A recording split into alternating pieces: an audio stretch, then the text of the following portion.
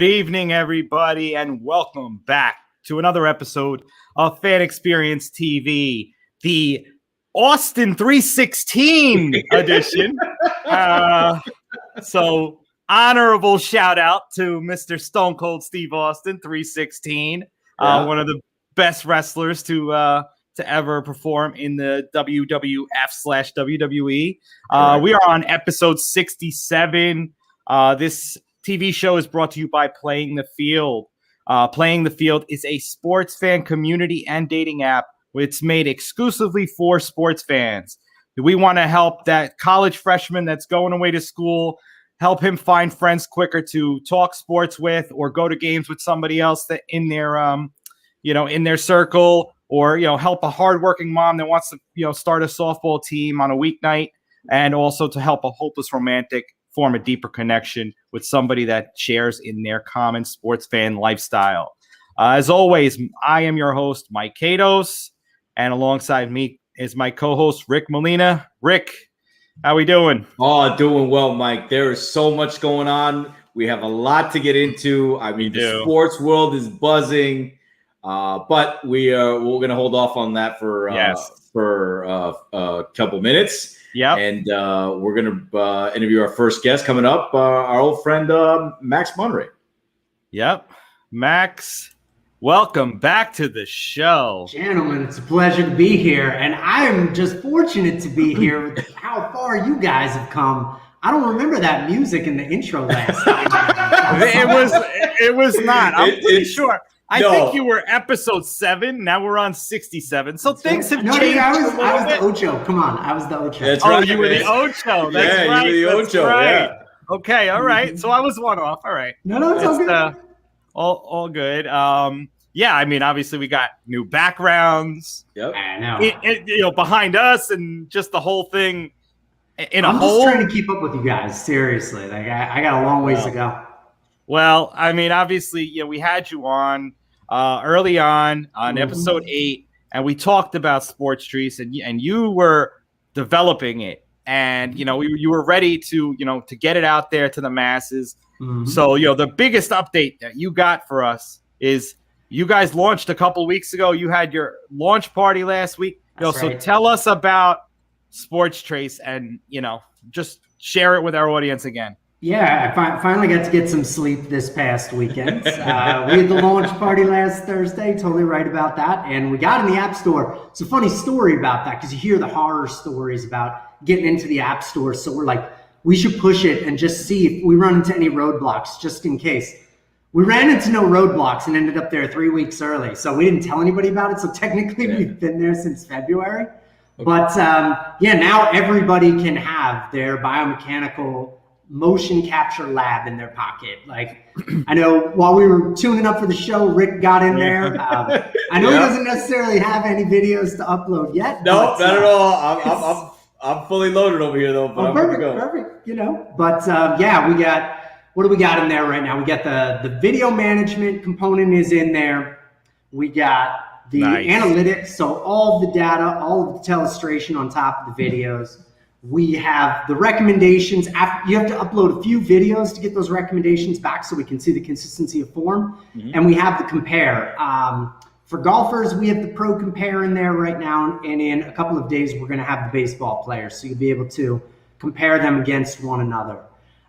Things that are coming, I mean, we already have a roadmap, of course. But we're using this to actually drive the solution we had for teams before, our web-based solution, which has been pretty cool. Yeah, and what's cool is, so can you tape the videos on the app, but you don't have to, right? That's right, yeah. You could upload anything that you want, right? You could record them live. You could take a video you took a while back. One of my favorite demos is actually, there's a video playing on my computer, and I take a video of it with my phone, and then I analyze that one, and it comes out like solid. I'm like, it's like Inception for videos. It doesn't make any sense. Max, that's awesome. Yeah, congratulations on all the success. So tell us who's been reaching out to you. Obviously it's baseball and golf, but tell us some of the people who are reaching out to you regarding your technology in the app. So good news, we've got some contracts signed. I don't think I mentioned this last time around with Rice and Stanford, which is really good. We did some work Auburn, University of Texas. We did some work with some golf training centers. And when we went into conference season, we got a lot of interest, more interest from golf, more interest abroad, interest from cricket and tennis as well. And I think this week I just met a gentleman. He wants to do some gait analysis for his running store. So that's all been really good. But what was kind of surprising, I think since last we spoke, a Premier League team had reached out and actually asked if they could do a pilot.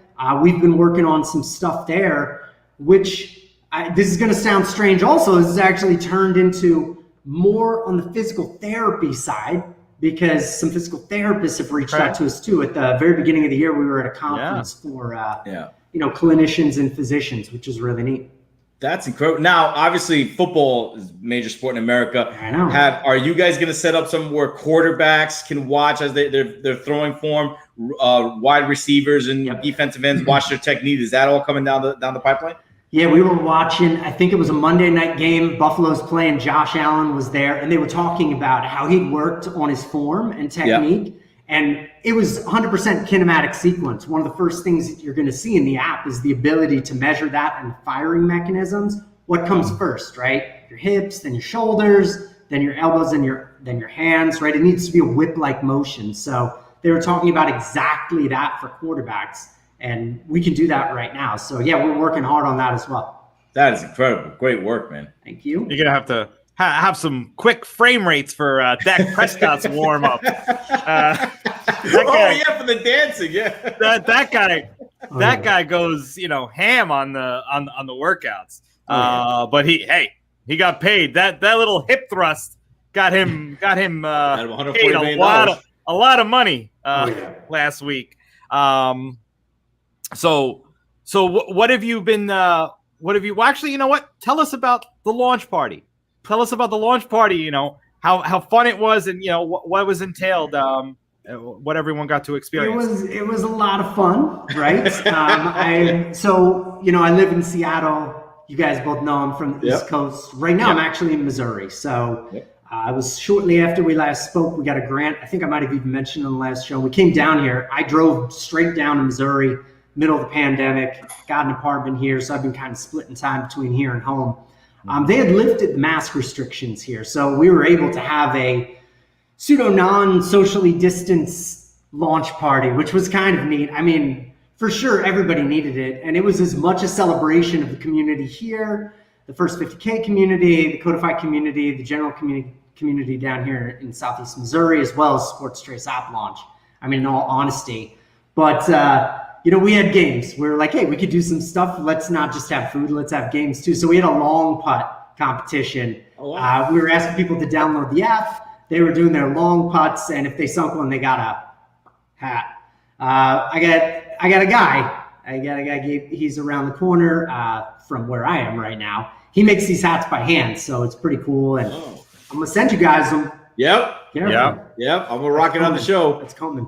Yeah, and it's a snapback too. So I haven't worn one of those in a minute. So I got the fitted right here. Yeah. But it is a pretty sweet hat. So we'll shoot you over the address to send them over to, and looking forward to to rocking that one of these shows for sure.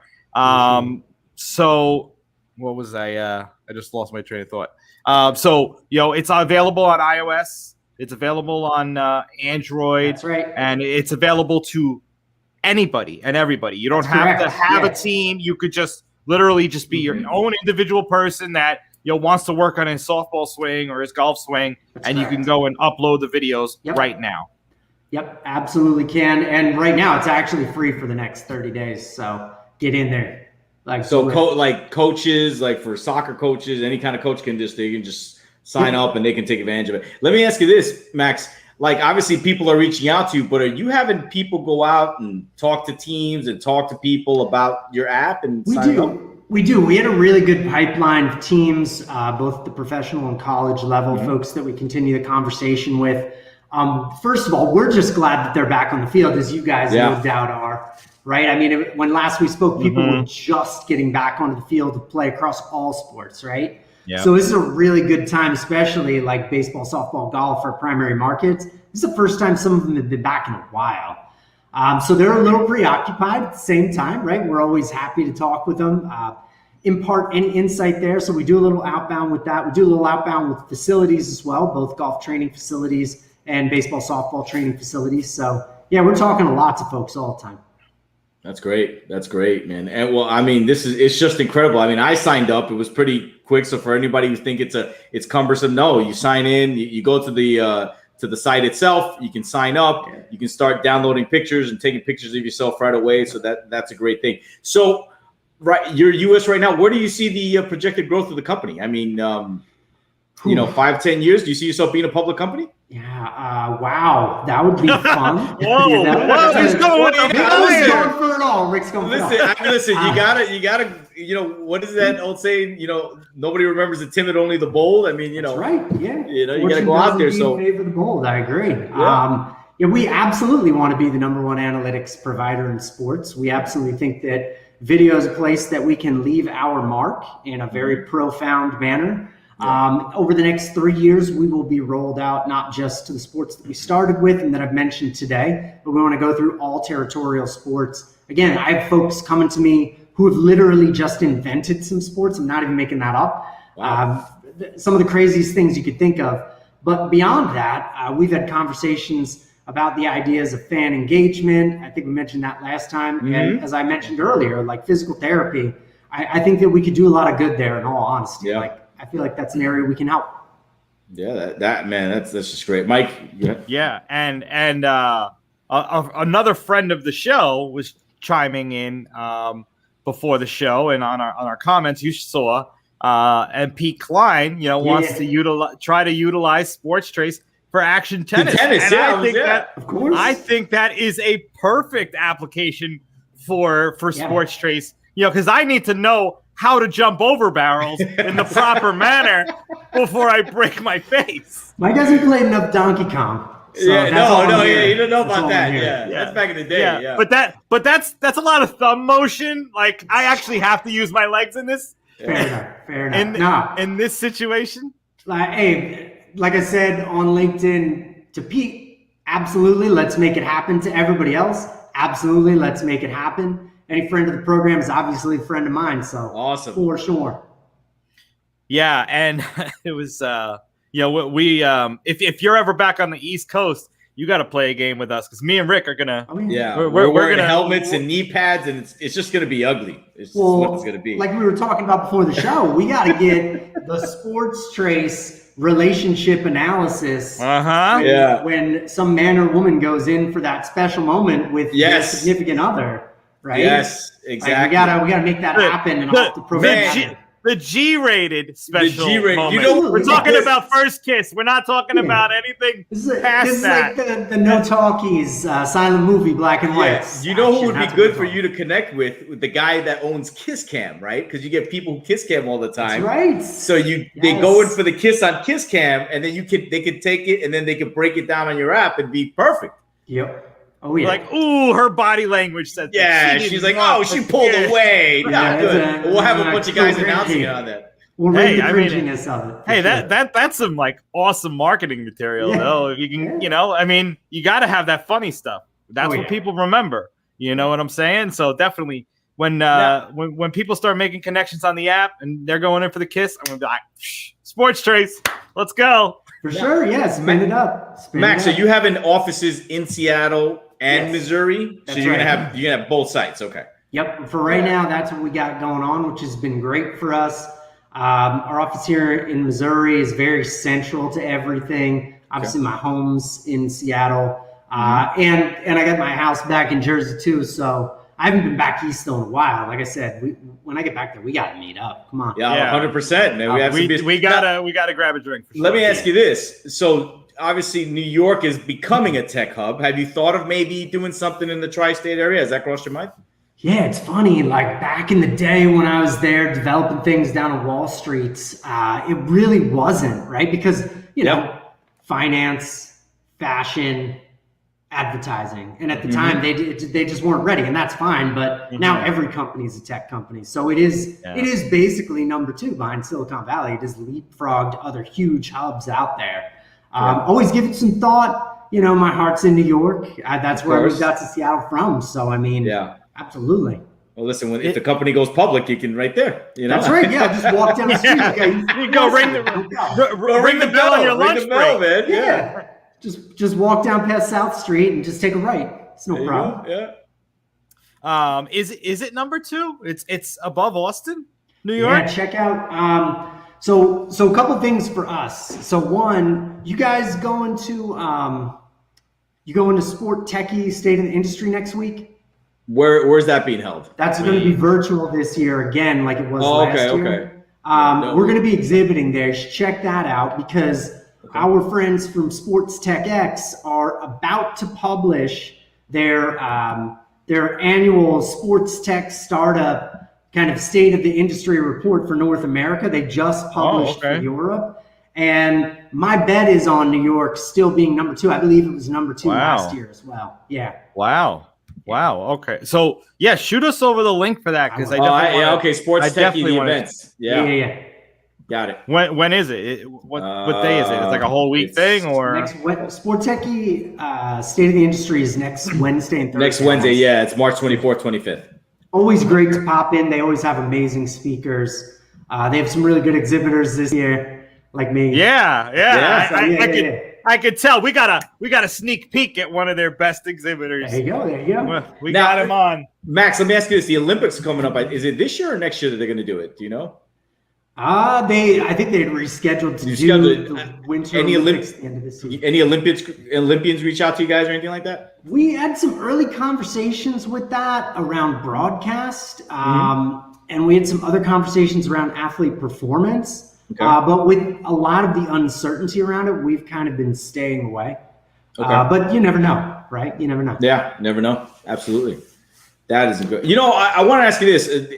I mean, obviously, baseball, football, you can do any sports. Sure. MMA, boxing, can is that something that? I like it from the formal aspect for sure. It might be more in some of the training exercises. Okay. Right? Okay. What's really interesting is a lot of the folks we've been talking to, they have this idea, and hear me out, right? Yeah. Y'all know that going on YouTube, I can search for the fan experience. Yep. And I could find you guys podcasts, right? I could find all the webinars, TV all show. the stuff you guys have done. Exactly. That's right. I forgot I'm IMDb famous now. Yeah, you are. You're Hollywood, Max. And now you're listed on 2. You're listed on 2 episodes. Now I have real credits. I got real credits. Yeah. But when you guys go on there to search for that, right? I mean, you're competing with, dare I say, other far more inferior TV shows, correct, right? But also like videos of cats and movie trailers and whatever. So the folks that make like training videos that say, hey, this is a really specific exercise to fix a really specific problem in your swing, problem in your pitching delivery, problem with your driver, right? Whatever. They're having trouble because they have the same competitive issues there. What we're saying is that we can deliver your recommendations much more directly. Like, we know the person has this issue and we're giving them the exact recommendation to deal with it. So like, we've cut out the whole middleman. You don't need to be like a YouTube star if you produce this content. We can deliver it to the right people as long as they sign up for our app. That's amazing. Yeah. I feel like this app is going to make me an even more controlling father, because I'm like, when my daughter's at the bat and she's got a hitch in her swing, I tell her, because I can see it with my own 2 eyes, and she doesn't want to believe me. I'm like, well, now we're going to Sports Trace, and I'm going to show you exactly what I saw. Yeah. So thank you, Max. Mike, that's a little extreme. That's a little extreme, but all right. Yeah, I can dig it. Yeah, it's Max's fault. It's not mine. Yes, Max created the technology. Sure. All right, I just use the technology. You know, I mean, look at Facebook and all the other things. Max, this is incredible. I mean, there's an app now for it. I mean, the changes in technology, the way, I just think it's going to keep evolving, right? And honestly, I don't see why in 5-10 years your company isn't these top companies. I really don't. I mean, anybody who's everybody now can actually, a father can record his son and say, okay, let's work on your swing and kind of do that. Whereas 20 years ago, it was a video recorder, or, they couldn't actually break it down. They had to put it in a VCR or put it in a DVD. Now it's right on your phone. It's incredible. And I'm just trying to hustle as hard as you guys doing it, right? No, man, you're doing great work. Amazing work. And it's true. Like I said this before last time I came on, we can't replace coaches. That's not a possibility. It's not a real thing, right? We just want to make it easier for them. If we could show them, hey, you should look at this video. And for the people that don't have a coach there, hey, you should look at these recommendations on how to get better. Then I feel like we're doing our job, because everybody just wants to get better. Yeah. No missed opportunities. And the great part about it is, even on the pro level, I mean, obviously they have video now, but they can right away, if there's a hitch or something wrong, instead of like the video where it doesn't really break it down, this can do it exactly for them. For their next at bat, they can fix their whatever's wrong with them. How'd you get into a slump without watching 100 hours worth of video? Yeah. It's right there for you. This is a little bit different. I'm waiting for baseball broadcast to have the sportstrace app showcased right on a home run swing. That would be fun. Don't worry, maybe we'll run out our opening day campaign again this year and do a bunch of the pros. This time we'll have the compare inside of the app. So awesome. Yeah, I'll throw it out there for sure. Yeah. Analyze Francisco Lindor. He hit a home run today. Right. There we go. I got it. I got in my Lindor plug. We're good. Yeah, well, he's got a shirt on instead of like Syndergaard, right? Exactly. Yeah, he's not flexing muscles. But if you can do DJ LeMahieu on the Yankees, if you can do LeMahieu, because I think he's the best hitter in baseball. If you can do him, that'd be great. It's true. Yeah. All right, we'll do a little Lindor LeMahieu. I got you. There we go. I got you. So side by side. So it's obviously this is Rick's favorite subject, analytics and stuff like that. But everybody, go. It's out. It's available. sportstrace on the iOS store. On the Android app store. sportstrace. There it is. It's so easy to sign up. Even Rick can do it. Yeah, and I'm like the least technological person. There's your one-liner. Okay. Yeah. There's your one-liner. I'm rolling it out to investors. There we go. Well, listen, private equity firms, hedge funds out there. If you're looking to invest and you're watching our show, contact Max at the sportstrace. We will definitely pick up that call. Yes, 100%. So what's your next plans? I know you're going from Missouri back to Seattle. Actually, give us your thoughts on this Russell Wilson stuff. Since I know you're not a Seahawks fan, but I'm sure you hear a lot of it. Wait, what did I miss outside of the fact? Doesn't he own part of the Kraken, or did I miss something else? No, about him getting traded. Wanting to get traded. No, he doesn't want to get traded, but he has teams on his list. It's not a healthy situation out there in Seattle right now. That's a strange turn of events for, essentially like the prodigal son of Seattle, right? And let's be honest, they've done an okay job of surrounding him with talent. But if you think about a guy that went to back-to-back Super Bowls, right? And from what great heights they've fallen, honestly, like good competitive team every year, like great revenue generator. And now they got Metcalf along with the existing core of receivers. That was really good for him, but they never really put it together in the backfield. And that offensive line was, respectfully, because I don't know about 300-pound dudes, but they weren't keeping anybody really safe back there. Guy was bouncing around. They definitely need some sportstrace to work on their technique. Give them a little bit of form and technique, and this is how you block. Yeah. It was, the end of the season could have been a little bit better. Yeah. Losing to a guy with 4 fingers was a little, it's tough. A little rough. Yeah. When you lose to a guy with no thumb, that's a problem. And then that guy got traded for immediately they're like, that's what that earned you. Yeah. It's like you beat Russell Wilson with 4 fingers. We're sending you to Detroit. Football purgatory. I don't know what's worse than that. I guess to East Rutherford. Hey, come on now. Come on. Be nice. Oh man. All right, Max, it was an absolute pleasure to have you back on. And of course, you're always welcome anytime. Max, everybody congratulations out there on the success, man. Great work. Just great work. Appreciate it. And for our fans, keep an eye out for those hats because we'll be wearing them on this show hopefully in a couple weeks. They're coming. Give me the address. They're coming. Yes, I'm going to shoot you an email with the address. Perfect. Guys, thanks so much. I appreciate it. Max, thank you, man. Have a good one, Max. Yeah. Bye-bye. We need to do sports trace for the show. Like, we need to break down our form when we're talking. We do. That's what I was thinking about. Let's do that. Yeah, we're going to do that. We got to do that. We got to do like a sports trace for the show. We should. I mean, as aspiring broadcasters, we want to try to improve our craft, correct? We are in the media now. So for those of you out there who are watching, by the way, we're trying to get media credentials. So anybody in the media who are watching us who can assist us in that cause, it'd be greatly appreciated. If you can return an email, for God's sakes. Yes, please. Any advice that you have, please send it our way.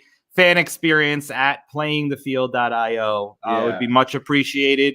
You can also hit me up on Instagram at whoa_man2010. Or at Fan Experience Pod. Yeah, Fan Experience Pod. Help the cause.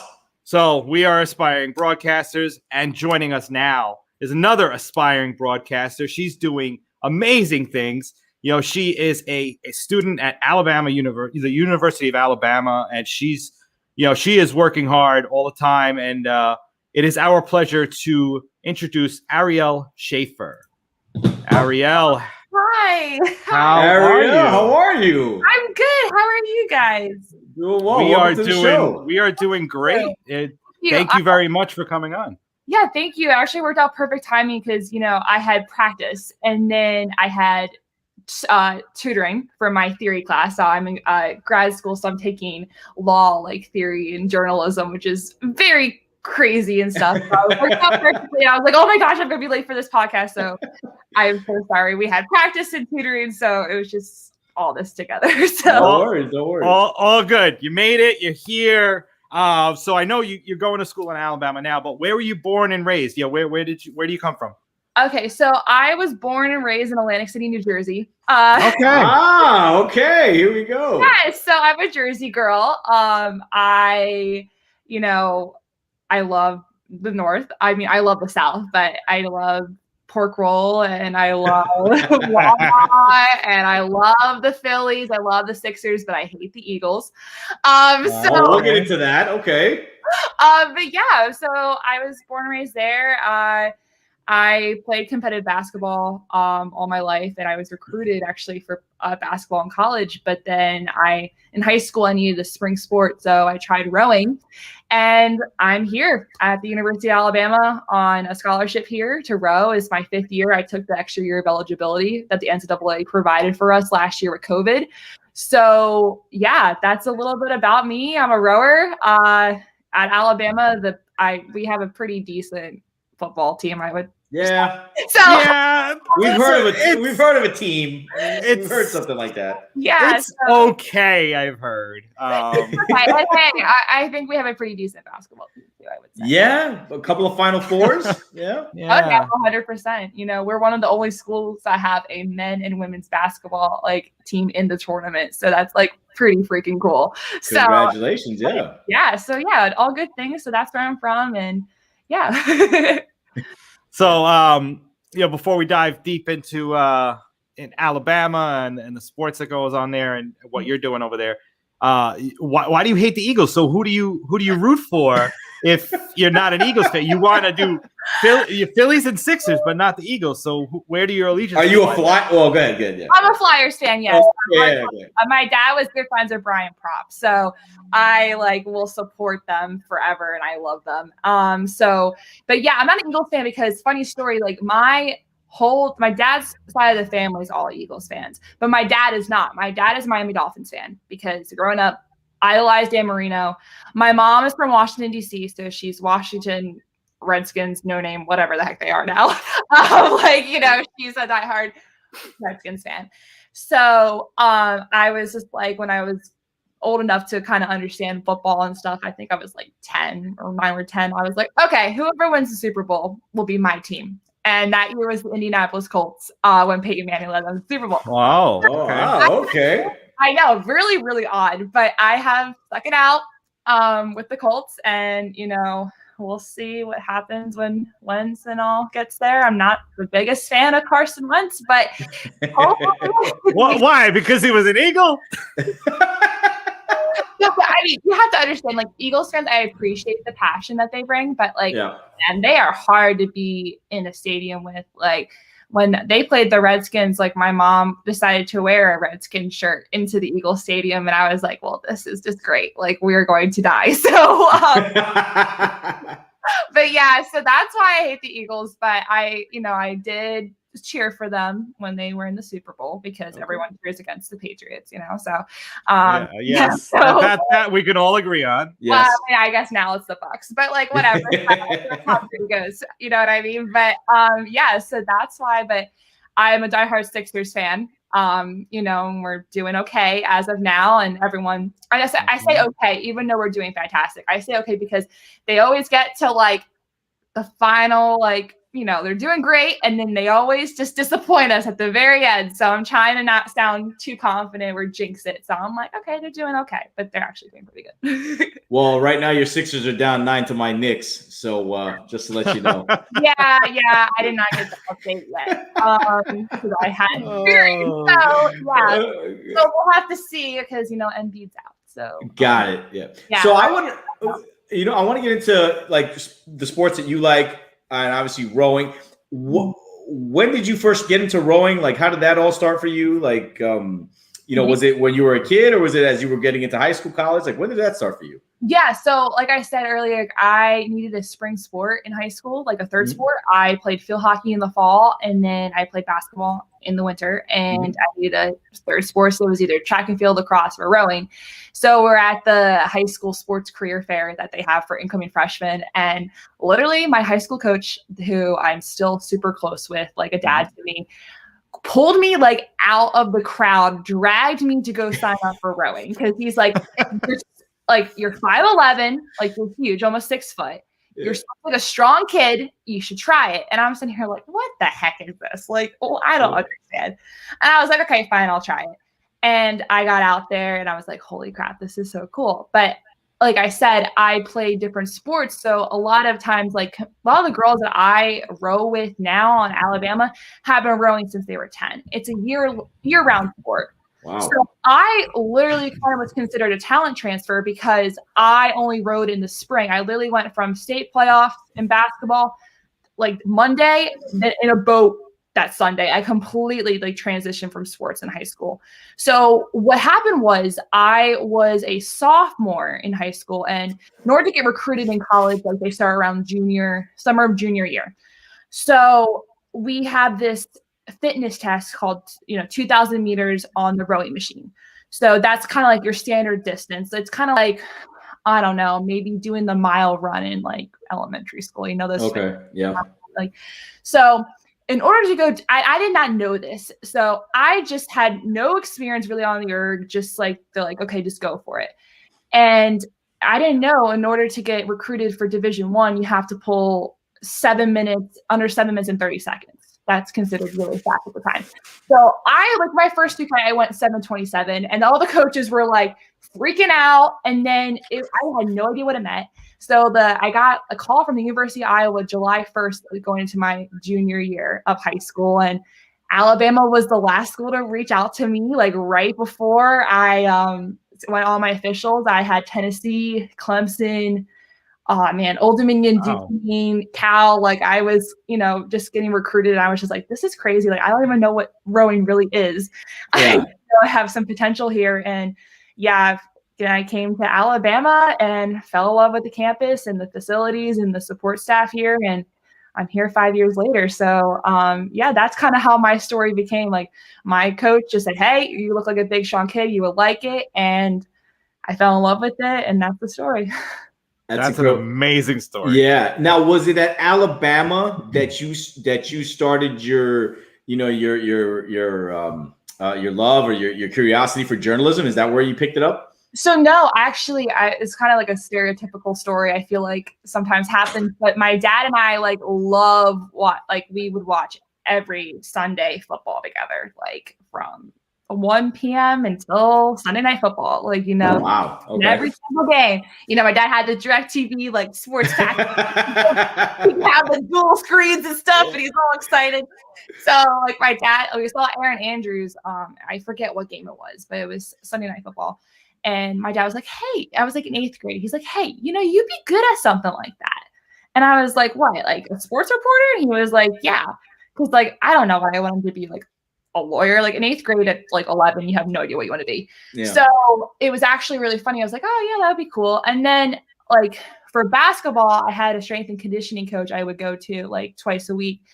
And I was talking to him like, oh yeah, like my dad said I would be really cool at like you know, sports reporting. He's like, do you want to do it? I was like, yeah. He goes, okay, well, he trained some professional athletes. So he was training Jack Crawford of the Dallas Cowboys because he was a local boy from New Jersey. He went to St. Augustine Prep. He's like, you're going to interview Jack Crawford. I'm like, I'm going to what? He was like, at 11 years old, I had no experience at all. He set up his phone, like this little camcorder. And I was like, this is ridiculous. It was like, if you go on my YouTube page, you'll see this interview is completely cringe, like my little self, like having no idea, you know? And like, luckily Jack was like really nice, like really patient with me. And ever since then I was just like, hey, like I could do this. And then my high school had a really good media program. I did commentary for them when I could. When I wasn't playing basketball, I did it for the men. And then I came here and I knew Alabama had a really good sports broadcasting program because us in Syracuse are one of the only schools that have an actual TV station. Yep. Wow. Yeah. So I knew since then, I was like, hey, this is a school for me. And also the sports environment here is great because Alabama doesn't have any professional teams. So even rowing, like we get like 200 fans out to our race. Like it's a huge sports community down here. And I think that's why I just wanted to definitely come to a huge sports school for the journalism aspect. That's awesome. That's awesome. Well, I'm learning a lot. Like first off, the Alabama and Syracuse, the only ones with a TV studio. And then rowing is just like really sought after, you know, skill, you know, and sport, you know, obviously, you know, all the, you know, the traditional ones, but it's mind blowing to know that, you know, they're giving out full rides for rowing. Yeah. We're the sport that balances out football with Title IX. So they have to. So that's like, it's really cool because, you know, you get the whole stereotypical like, football is just here to get like a degree and go right to the pros. But hey, they're the sport that balances me out and gives me the opportunity to be here. So, you know, they winning those championships, awesome. Like I respect the crap out of them. And also too, we get everything that we get. We get to train in the same weight room and eat in the same dining hall as them. Like that's what drew me to Alabama so much is because like at Clemson, football has their own facility and all the other athletes have another one, which is still a great facility. But the fact that I get to still train and be a part of the Alabama culture that the national champions are a part of, like how freaking awesome of a culture is that stepping into that environment? I mean, it's like, it's priceless. So, so that's kind of how it all came about. Absolutely. So, you know, obviously you licked your chops a little bit in high school, you know, interviewing Jack Crawford. So when you got to college and you started, you know, pursuing that broadcasting side, like what was your first like assignment or, you know, first gig that you got? Okay, this is actually really funny. I feel like I have so many funny stories when you think about it. Share them, please. Yeah. Yeah, we got time. Go. Yeah, we got time. Yeah. Okay, so I auditioned. So we have an ESPN affiliate here with the SEC network. It's Crimson Tide Productions. So we're in charge of all the Alabama events like softball, baseball, football. Every single sport here that goes through SEC Network and ESPN is done through the production studio that's right down the hall from the local news station. So there was on-air tryouts when I was a freshman. And I remember I was like, okay, I'm going to sign up. And there was like 200 people that signed up. I'm like, oh boy, this is like, you know, I'm not going to get it. And I remember we were late for practice, like we went overtime, so I didn't have time to get ready for the interview. So I show up in my practice clothes, like dripping sweat, like disgusting. And I'm waiting in line with people in full-on tuxes, like girls in dresses, full done makeup. And then there's me with my Alabama rowing shirt, coming from practice, still dripping wet, 100 degrees down in Alabama. I'm like, oh my gosh, this is really, really embarrassing. So I get in there and I just show them my, like what I did in high school and just started talking, and I got hired. I was one of 20 kids that they hired that year. And out of my year, I was the only one out of my grade that stuck with the on-air, because a lot of people went to production and fell in love with technical directing, we're making graphics, we're creative shooting. So I was one of the only ones left. So my first assignment was covering men and women's tennis. No idea about tennis, nothing. No idea. But also, our tennis players are all international. So, you're already nervous enough. I had no idea what to do. And luckily enough, I had someone who was a camera guy that came with me the first time. And then the rest of the time I shot my own stuff, because I'm like, I don't need a camera guy. I can do this myself. Like, I don't know how to do this myself. But so that was my first assignment. Was men's and women's tennis. And also too, I think helping the fact that I was an athlete doing this made it easier and made me connect with the athletes more, because they're like, they get a little nervous when they're about to be on camera and they're about to go live. So I think that really helped, and that really helped develop the relationship I have with all the Alabama coaches here. Like, I know what they do and they know what I do. And I think it just gains that mutual respect. And what's the relationship like between, the people that cover the teams and the coaches and the players? Is it, very friendly? Is it very cordial? Or is like, let's say, for example, the football team was very, or the basketball team, can they be a little distant? Like, what's the relationship between you guys?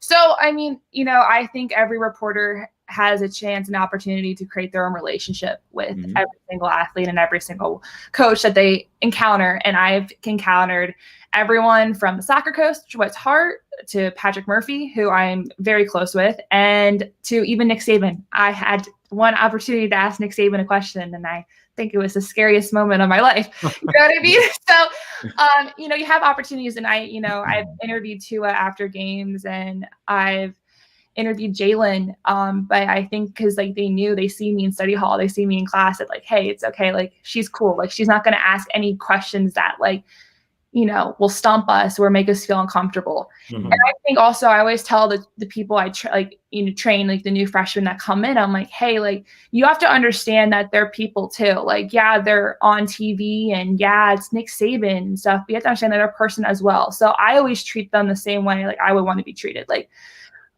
for example, if it's a softball player and they're, they lost a tough game, I'm like, hey, I have to do this interview with you, just you and I. You can start, like, if it's not live, I'm like, hey, you can start over again. Like, I'll help you guide through the questions, but I'm going to ask you one or two questions because I know you want to get out of here because you lost. You have to have that respect for them and understand that their time. And I think just also too, trying to get to know them and trying to get to know the sport really helps. Like I said, I knew nothing about tennis. So if I saw that the tennis coach, George Husak, who was the men's tennis coach, and Jenny Maines, who's the women's tennis coach, I saw they had a free moment. I'm like, hey, like, I didn't understand why the ball was considered not a set point on court 5. Can you tell me why that was? Like, I'm still trying to learn. And they see how interested you are in that.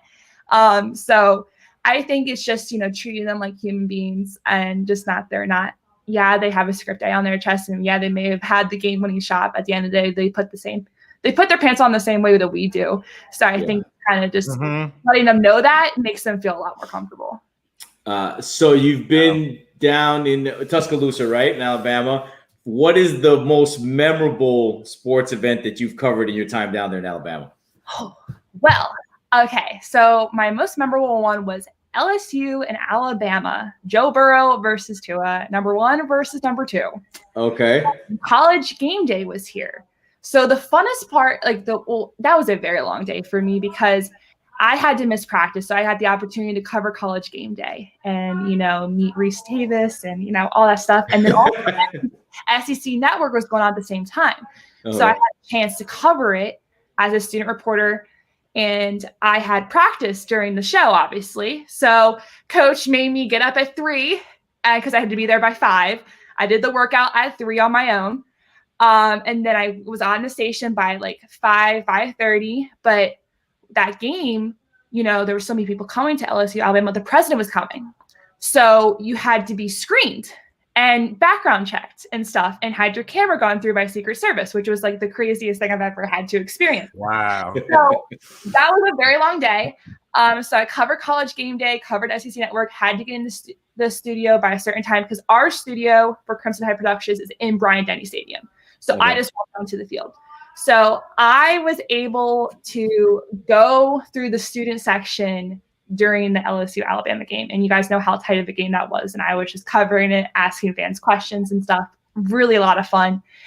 And then as we know, Alabama lost a tough one. So we had to interview the players afterwards. And yeah, I didn't get out of the station until 3 a.m. But, it was just a memorable experience just to be like there from 3 to 3, basically, hold like basically 24 hours kind of. But that was just something so memorable. And like, I will never forget that. It's incredible. It's an incredible story. No, that is amazing. We have got a fan in the audience, Mr. Nithin, a good friend of the show. He is a good friend of mine. I was his former co-host, but he was cool. And rowing, I had to step aside. That's not fair to him, like with me not being able to help him out. So I'm so glad he found another co-host. I still listen, I still support them, and I miss it so much. But yeah, just due to my grad studies and stuff and rowing, I just couldn't be able. But hi, Nathan, I miss you so much. We spoke today. So. Yeah. No, he's doing great stuff over there. Yeah, like 730 episodes. Yeah, that's just something incredible. Just pumping him out. Hustle, like literally. And some of the names every day. Some of the names that you guys were getting, it was it was crazy, to see some of the people that were coming on. Did you reach out to some, or was it more Nathan booking them? Like kind of here and there, we kind of both tag team, but it was mostly him because like he would reach out to people without me even knowing. He's like, "Hey, we got an interview on Thursday at 11." I'm like, "With who?" I thought we had someone at 12, and he was like, "No, we have someone before that too." And I'm just like, "Whoa, okay, mind blown." So he definitely just reaches out, and like one thing I respect, like he just constantly like pushes and pushes and pushes for these people to come onto the show, which I think is such a great thing to always like. I'm going to go after what I want and what I want to make this out of. So he's definitely awesome. Yeah, no, it's definitely putting in the work because he's getting everyone and he's getting, big names. So good job out there, Nathan. Keep up the good work. You're meant for big things. He says that he misses you too. Aw. So now you're at school, you're working on the master's. So how much time you have left? And then, what is your plan for when you graduate? What is your plan out of college? Well, so my focus right now is I have 2 months left of my athletic career. And due to the amazing athletic staff here and Greg Byrne, the athletic director, he was able to bring some of us seniors back whose season last year was canceled. So right now for me, as Alabama rowing is still a pretty young program, we're about 12 years old. We're like still the newest sport on campus, kind of, I would say. And we have never made the national championships, and 24 teams get to go every year. And there were 17 seniors last year, and our goal, and we knew it deep down with how fast we were going to make NCAAs for the first time. And now the 7 of us that are left, the super seniors, I think it's in the back of our minds, like, we're doing it for the girls who didn't have the opportunity to come back this year. So to be able to make program history and go and have, that's just something I never thought would happen in my 5 years here. So that's kind of like my step is to finish. Like, I'm so thankful that I got the chance to say goodbye to something I was doing for so long.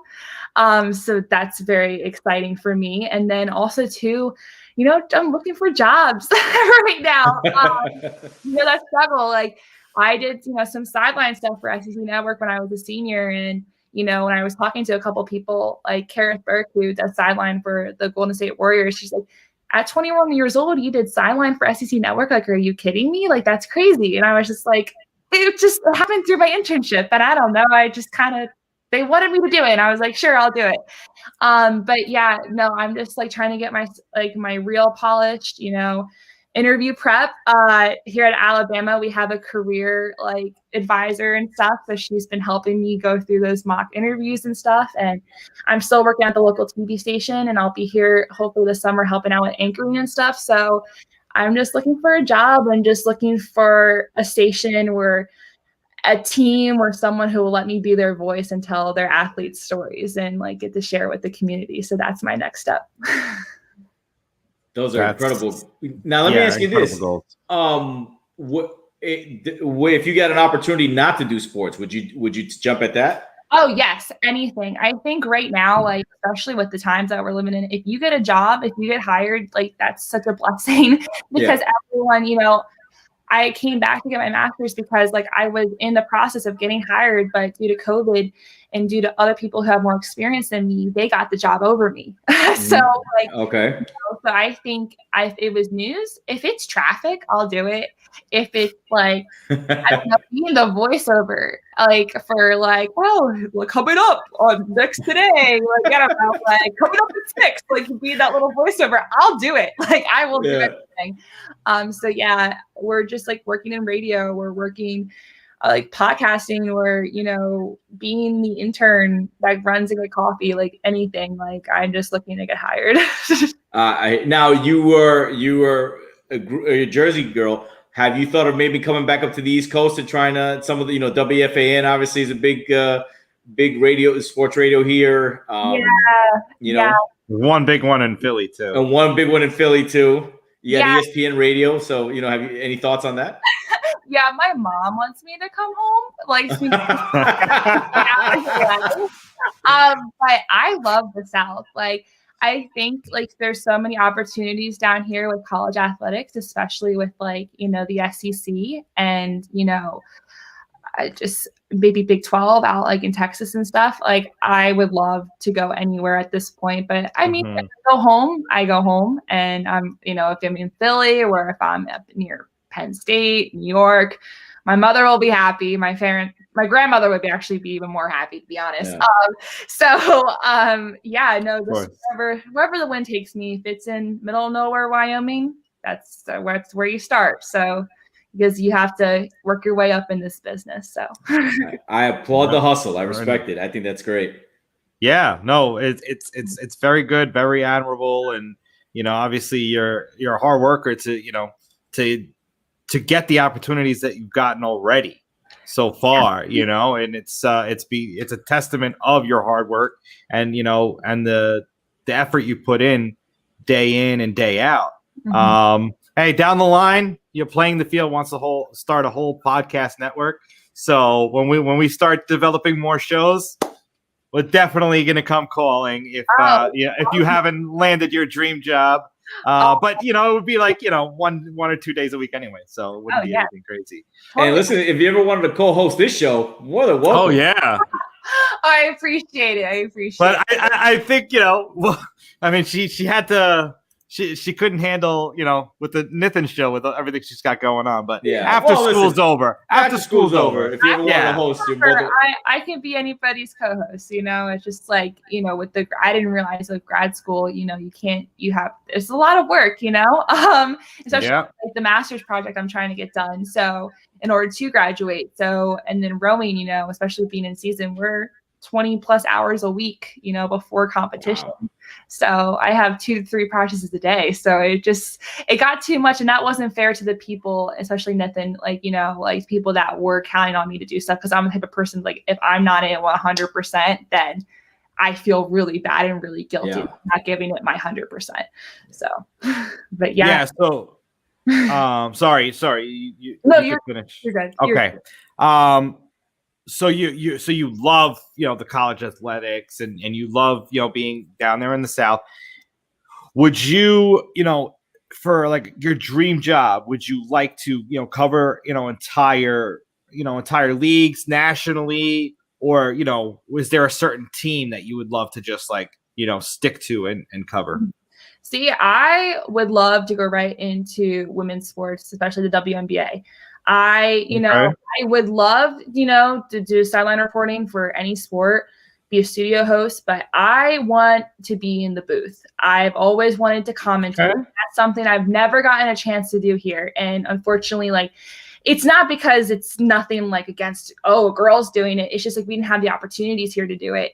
Right. So I would love to get into a booth, and I would love to call the game or, analyze it. One of my mentors is Eli Gold, who's the voice of Alabama football. And I got to work sideline shows with him. And he always is inspires me to keep on pushing for that goal, because he's you can do it. Cause he just, I don't know, he's the best. I don't know if you guys know who he is, but he's so legendary down here. And the fact that I have a mentor like that, who's in the booth saying hey, I don't care if you're a guy, a girl, whatever, you can do it. So that's something that would be my dream job, is to be a play-by-play commentator for the WNBA. I mean, any sport, but I would love to cover women's sports.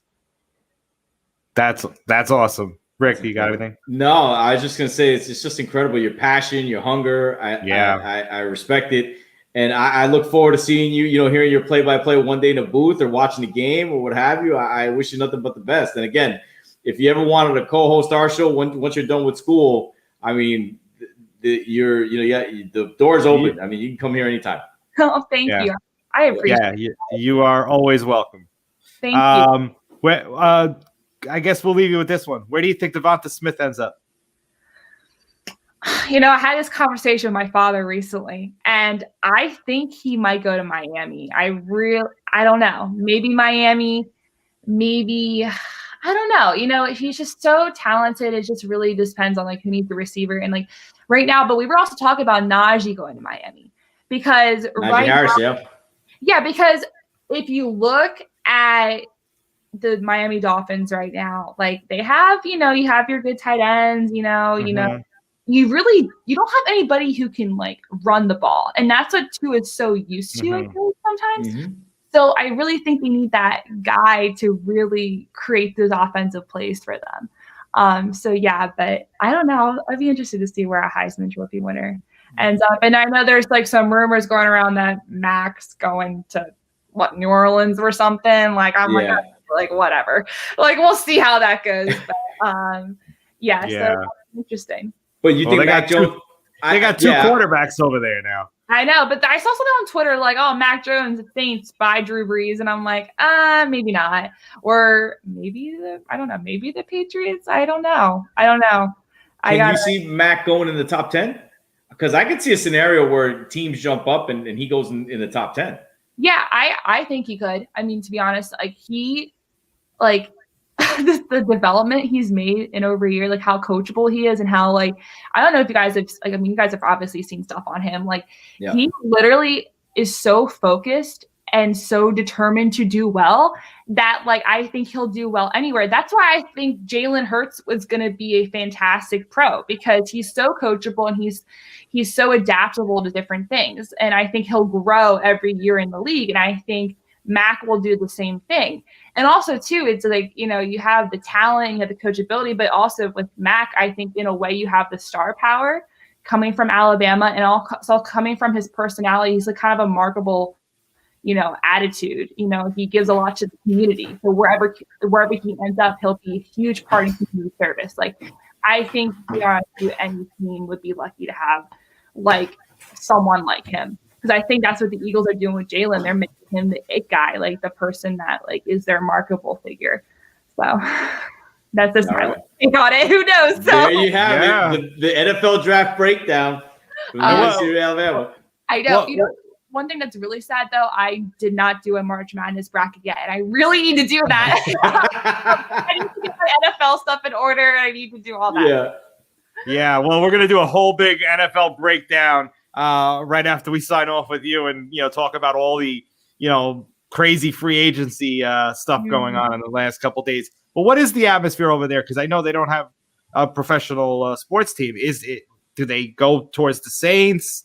Where do their allegiances lie on the football side? On the football side, I really don't know, because on a college campus there's so many. It's all college. I feel like, Alabama folk like literally think Auburn and Alabama are their professional teams because they are, Yeah. I guess maybe Falcons. I see a lot of Atlanta Falcons fans because Atlanta's only like 3 hours away. Maybe some New Orleans Saints fans, probably because of Louisiana. Tennessee Titans. A lot of kids from Tennessee come to Alabama. So yeah, I did see a couple Bucs fans rocking around because I think I'm like, okay. Were they actually Bucks fans or were they Bucks fans? Bucks fans, exactly. So I know I was busting my friend on that one because he came in with the Tom Brady jersey from the Bucks. I'm like, okay, you weren't like that last year.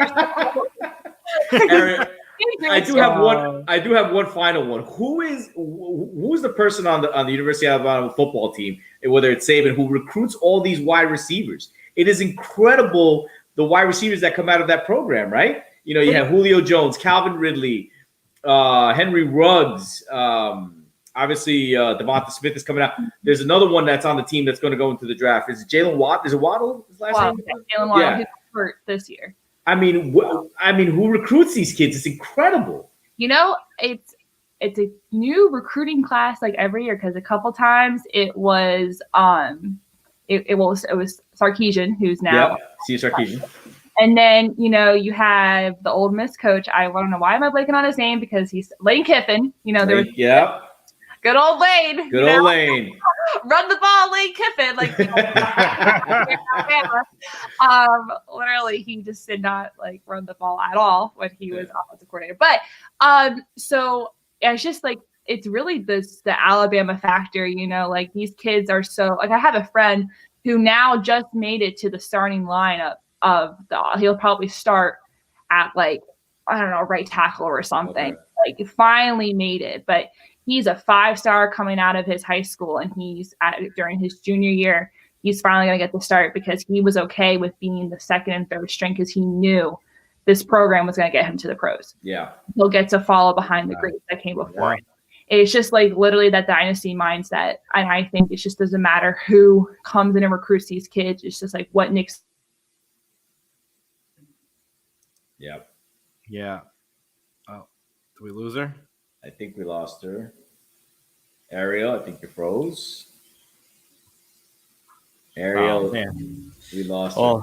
Oh, hello. Oh, well, there she is. We got you back. I was talking to myself there for a little bit. You look like you were holding a beer, but I wish I was holding a beer. Yeah, hey, same here. But it's dry season for us for athletics, so we're in season. But I just think the process of where legends are made, and this is the dynasty, and this is where you want to be, is kind of what Nick Saban has really entailed in his football team, but also within all athletics themselves. Got it.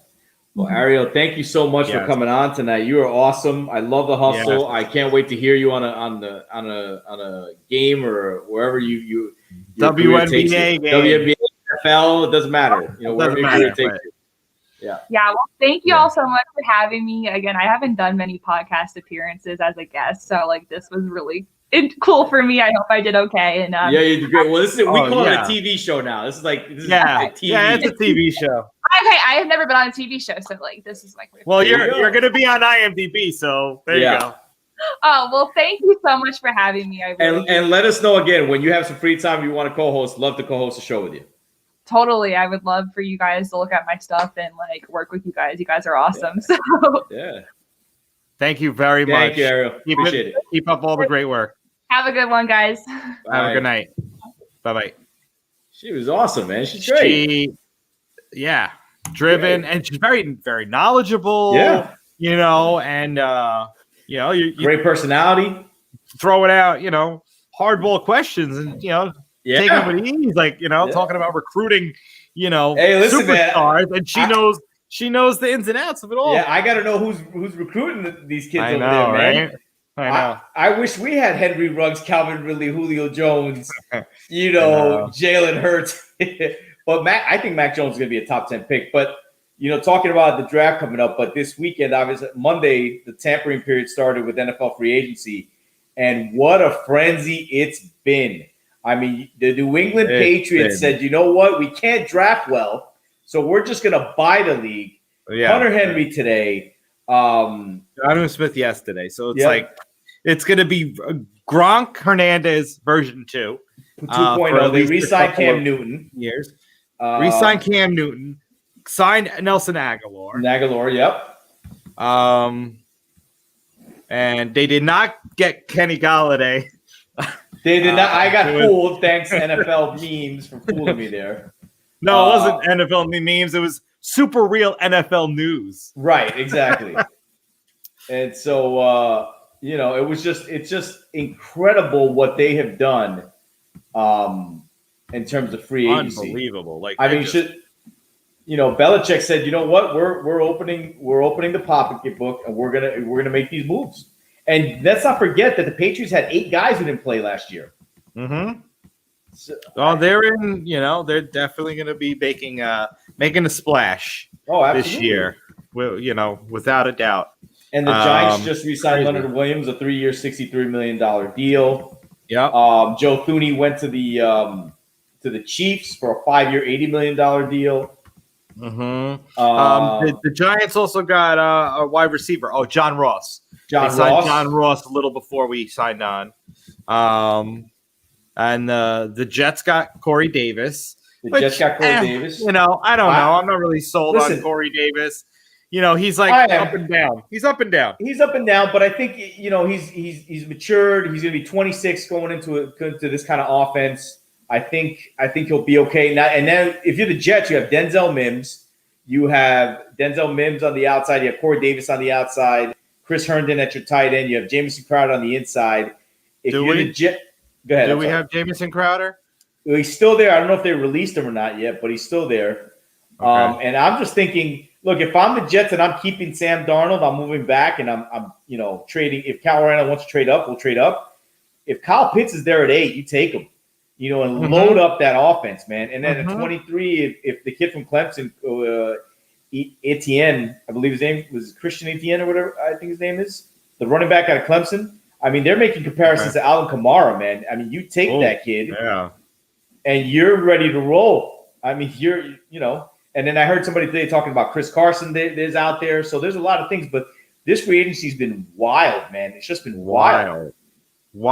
And the Saints released Emmanuel Sanders, and he promptly signed with the Buffalo Bills. I think that's a good signing. Mm-hmm. Is Cole Beasley still there? I believe he is. Yes, there, right? So I mean, Sanders, Diggs, and Beasley. I mean, that's a pretty nice threesome of wide receivers there. Absolutely. They do need. They did try for Gronk, but they made a play for Gronk, but he's not even Brady. Yeah, I know. Even to go home. Even to go home. Yeah, it's warm down there. But yeah, I mean, how do you leave Brady? Which, by the way, Brady did sign an extension. We were supposed to mention that, and he also gave out his cell phone number on Twitter. Yes. So Tom, I don't know if you're watching, but if you are, I texted you today to come on the show. Yeah, well, you told him to watch, so I told him to check it out. I expect that he's watching right now. Yeah, so if you happen to be watching, I text you today. So if you want to come on and share your stories, man, your experiences, love to have you on the show. From 2 disgruntled Jet fans. Yeah. Well, we're not gonna, drop any "you suck" texts. No. We respect the work. Yeah. What about the Bears signing Andy Dalton to a 1-year, $10 million contract? It looks like the Russell Wilson thing is not happening. 1 year, $10 million with a possibility for 13. Oh, really? There are incentives in that. I didn't see that. Yeah, $3 million in incentives too. So you give Andy Dalton $13 million. I don't, because I don't have $13 million. Right. Well, you don't. But I'm saying, would you sign? Nah, I wouldn't. Yeah. I don't know. I mean, and then the Bucks are trying to re-sign it in Ndamukong Suh. Oh, is that what's next in the works for them? Yeah. Shaq Barrett re-signed with them. He took some less money. Yes, he did. Who else? The Jets got Carl Lawson. I think you mentioned that. So the Jets got Carl Lawson. They got Corey Davis, and they got the linebacker. Yes. What was the name of the kid? Hold on. Let me find out who his name is. I can't remember, but we had Marvin Jones going to the Jacksonville Jaguars. I like that signing. Jaguars. Janoris Jenkins has agreed to go to Tennessee. Cardinals re-signed Beachum. Marquise Goodwin reversed back to the 49ers from prior trade with Eagles. Wait, wasn't Marquise Goodwin already on the Niners? I thought he was. Dolphins signing Malcolm Brown. I didn't see that one. Now I'm seeing it. So we were just talking about them drafting Harris. But there's also talks about the Dolphins in play for Kareem Hunt. Yeah. Oh, that'll be interesting. But Aaron Jones signed back with the Packers. Yes, by the way. and the Chiefs cut Damian Williams.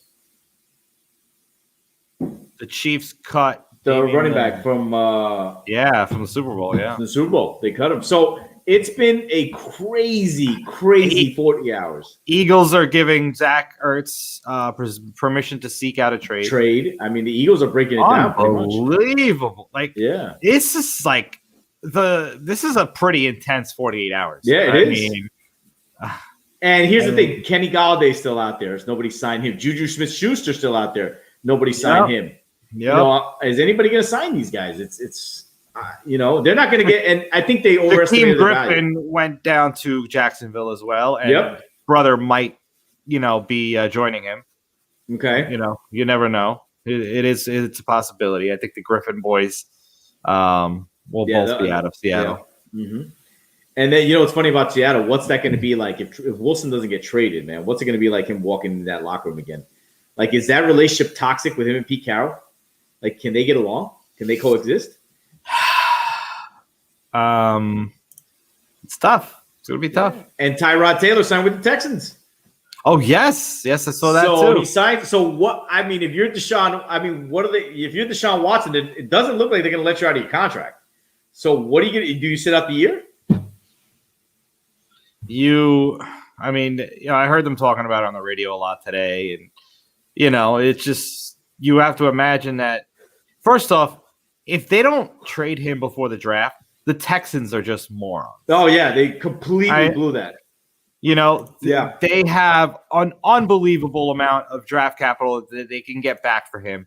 So they should be capitalizing on it. And right now, they still got a month. What do they got? 40 days left until the draft? Yeah, so they got 40 days to really figure it out. Is it going to be a draft day type of deal? I don't know. That's a pretty big deal to make it hey, on the clock type of deal. I think something needs to be done before we actually, start the draft. But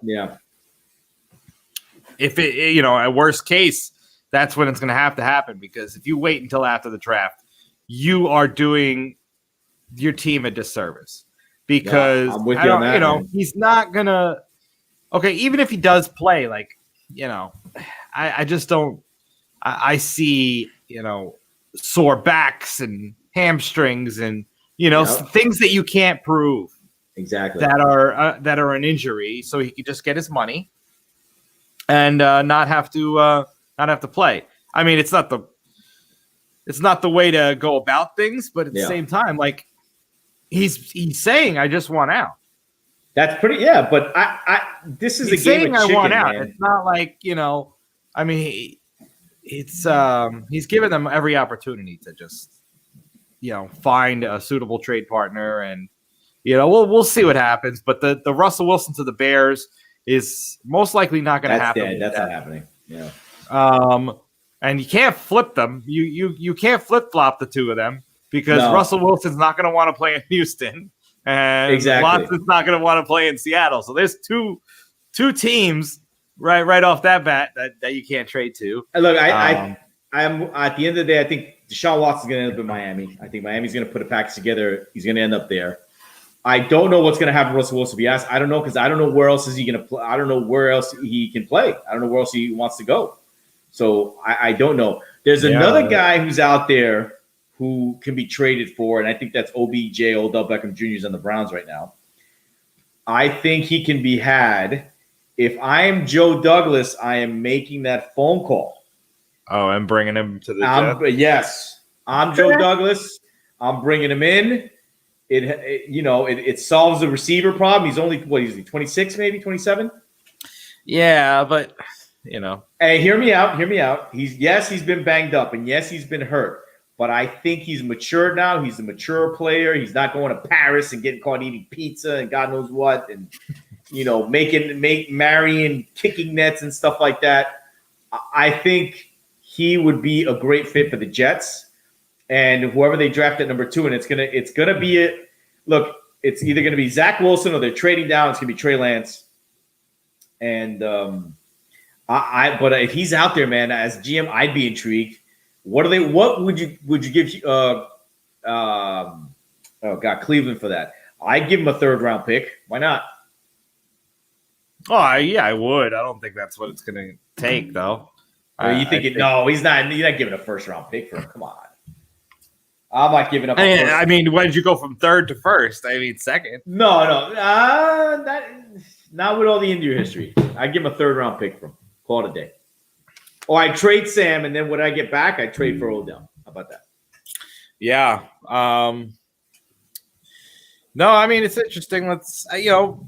It's definitely feasible that Odell Beckham does not start the season in a Browns uniform. So I'm with you there. It is a possibility. Do we mention Fitzmagic on his 9th? That guy 19 on his 9th team, and he's going to the Washington team with no name. Yeah, the team with no name. What they offer him? $10 million? 1 year, $10 million, I believe. Yeah. Yeah. I mean, that guy, man, he's just, look, he can. And how old is he, by the way? Late 30s, maybe? No, I think he didn't clear 40. Well, I don't know. He hasn't cleared 40. I mean, the guy's been on 9 teams. Let's see. 9. Brian Fitzpatrick. Let's see. 38 years. Wow. He is 38 years old, man. He could play for another 4 years if he wanted 5 years younger than Tom Brady. Wow. So he's Roethlisberger's age. Roethlisberger just turned 39. Yeah, so think about it. He can make $10 million a year he can make another $40 million if he wanted to.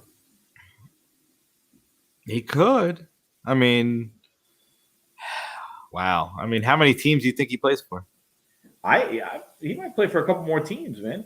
Teams that are looking for starters, teams that are looking for help. Like eventually he's going to back up a young kid. That's what the Jets are going to need with one of the kids they draft. Unless they bring back Flacco, but I don't see that happening. But man, this has been a crazy 48 hours, dude. Like I've been looking at my phone and just things have been popping up, and it's funny. It's been insane. And then we still got another couple days before we hit the air again, and I'm sure more craziness is going to ensue in the next in the next 48. And then we get ready for the NFL draft, so it's going to be interesting to watch. Yeah, and dude, we're only a couple of weeks away from opening day baseball. Yeah, and as the Knicks go down by 4, unbelievable. Can't hit a shot, but anyway. Yeah, it's amazing, and I had a friend, wanted me to make an honorable mention that the Islanders are doing very well in the standings. Okay. So good for the Islanders. There's your Islanders plug right there. There's your Islanders plug. Right? Yeah, that's great. That's wonderful. Because we don't talk hockey enough. Yes, so we gotta get better with the hockey and But we want to thank our guests, Arielle Schafer, for coming on. Our friend Max Montrey from Sportstrace coming on tonight. It was a great show, Mike. It was an amazing show. Yeah. And hopefully when we come back Thursday night, man, there's some explosive news. Well, maybe maybe one of these quarterbacks get moved, or maybe the Jets make some kind of a blockbuster move, to give us a little bit of hope. to go into the next football season. But the Patriots pretty much running away with the show at this point. Yeah, I mean they are the free agent, off-season champions right now. I mean, Jonnu Smith wasn't enough. They're like, nah, let's go get Hunter Henry too. Yeah, they might draft another tight end the way they're going. Yeah, you're gonna get Pitts. Smith. Man, dude, if they get Pitts, I will. That'll break my heart. That would be the Pitts. That would be the Pitts. That would be the Pitts. Yeah. Oh shit! Yeah. All right. It was a great show. Yep. Thanks everyone for tuning in. We will see you Thursday night, 9 p.m. Eastern. Have a good night, everybody. Peace, everybody.